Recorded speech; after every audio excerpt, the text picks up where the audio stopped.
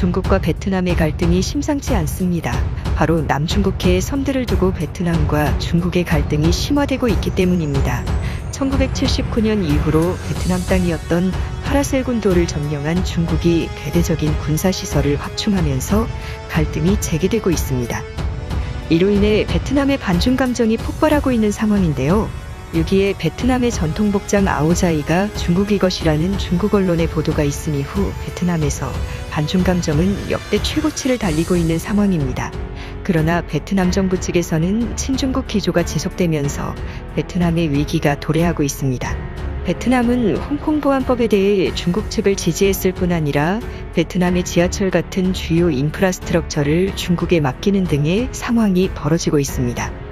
아직까지 베트남의 경제는 중국 의존도가 낮은 상황이지만 미국 등 서방 측에 의한 중국 공급망 배제 정책, 즉 중국산 제품을 사용하지 않기로 하는 공급망 다변화 정책이 새로운 글로벌 어젠다로 떠오르면서 수많은 중국 제조업체들이 베트남으로 이전하고 있습니다. 이로 인해 베트남이 정치적으로 중국에 종속될 뿐 아니라 경제적으로 중국에 종속될 우려가 나오는 상황입니다.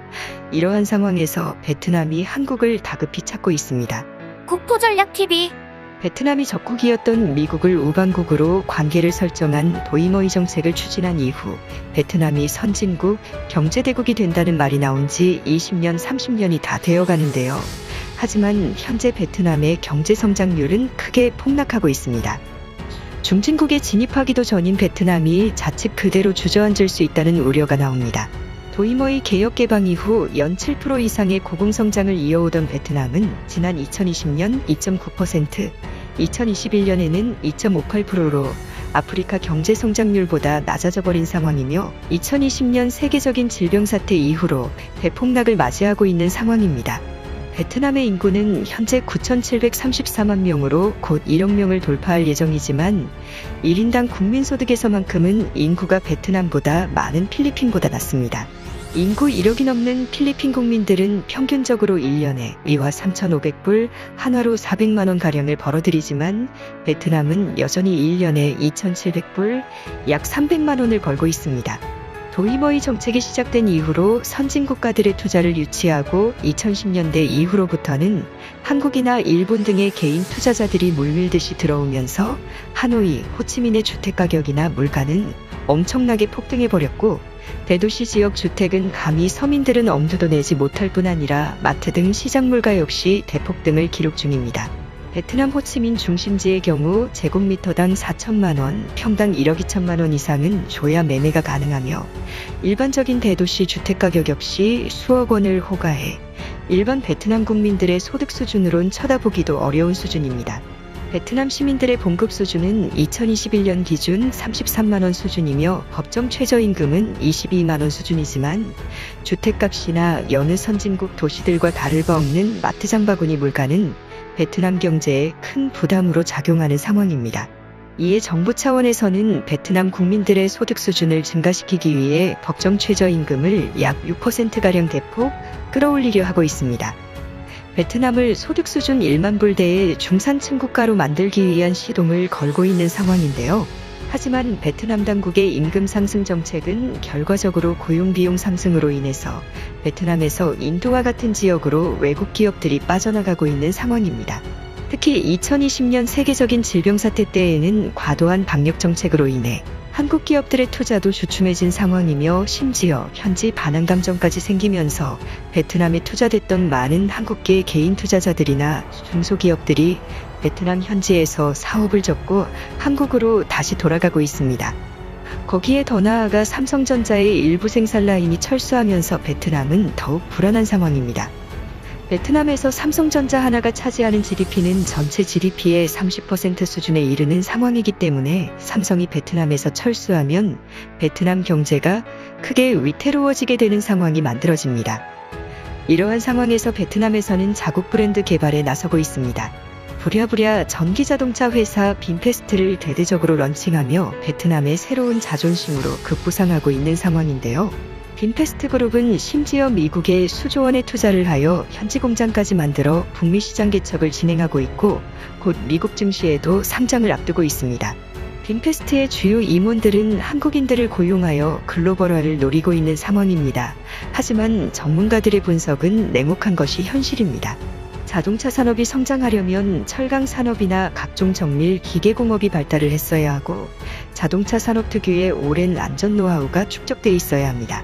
하지만 베트남의 자동차 기업은 대부분의 부품을 독일이나 해외에서 조달을 해서 베트남에서 조립을 하는 방식을 취하고 있고 가격 역시 수입차보다 비싼 상황입니다. 가장 베트남에서 희망이 됐던 인구적 요인도 점점 활력을 잃어가고 있습니다. 그동안 베트남은 20대 젊은이들이 많은 나라로 손꼽혔으나 그 많던 20대 인구들이 30대 중반, 40대가 돼버리면서 성장 동력이 없어졌을 뿐 아니라 각종 한류 등 서구 미디어 콘텐츠들의 영향으로 출산율도 급격하게 낮아져 출산율이 2명을 간신히 넘기는 수준이 되고 있는 상황입니다. 때문에 베트남의 가장 큰 소득권 중에는 한국인과 결혼을 한 가정에서 보내오는 자금이라는 말이 나오고 있습니다. 한국에 있는 베트남인들과 해외 베트남인들의 외화 송금액은 2021년 기준 180억 달러에 이르는 상황으로 21조 6천억 원에 달하고 있습니다. 이는 베트남 GDP의 5%에 달하는 수치로 국가 경제에 어마어마한 영향을 주고 있는데요. 이러한 상황에서 베트남은 잘못된 외교 정책을 수립하고 있어 더욱 베트남의 앞날을 어둡게 하고 있습니다. 베트남은 현재 중국과 러시아와 같은 전체주의를 지향하는 정부를 지지하고 있기 때문입니다.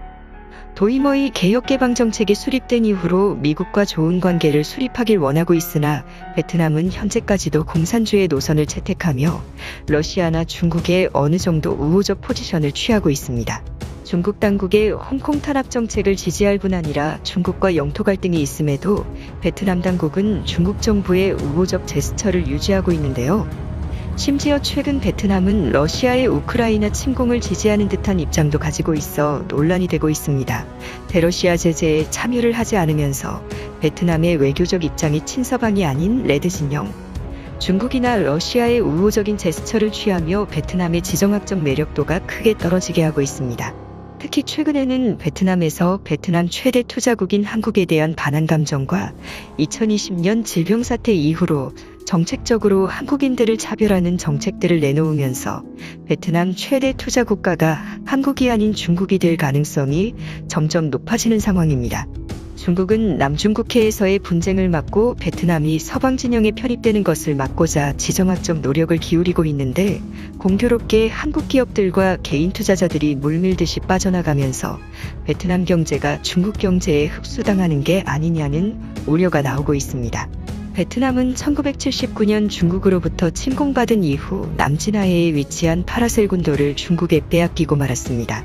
그 이후로도 베트남 내부에는 중국과 우호적으로 지내야 한다는 친중국 정책 당국자들의 집권이 꾸준하게 이뤄져와 자국의 영토조차 지키지 못하는 처지에 이르고 있습니다.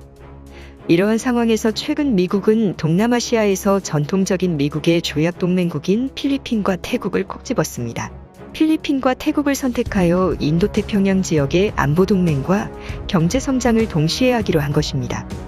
상대적으로 베트남은 소외될 수밖에 없는 상황이 만들어지고 있는 것인데요.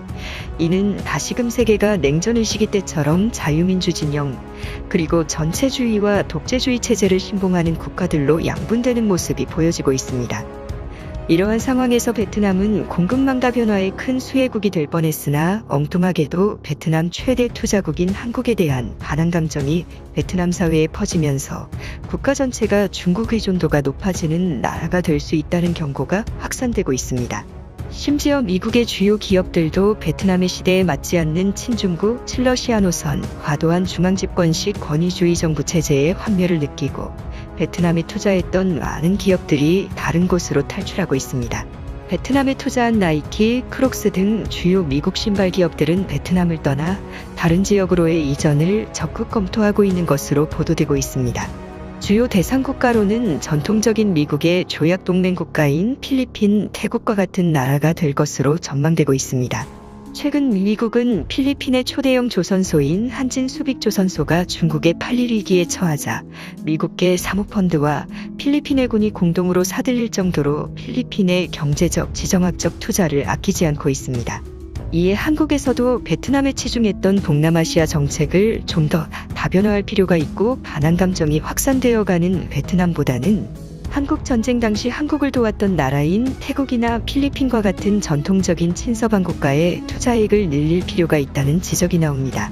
국토전략TV 오늘은 이것으로 마치겠습니다. 시청해 주셔서 감사합니다.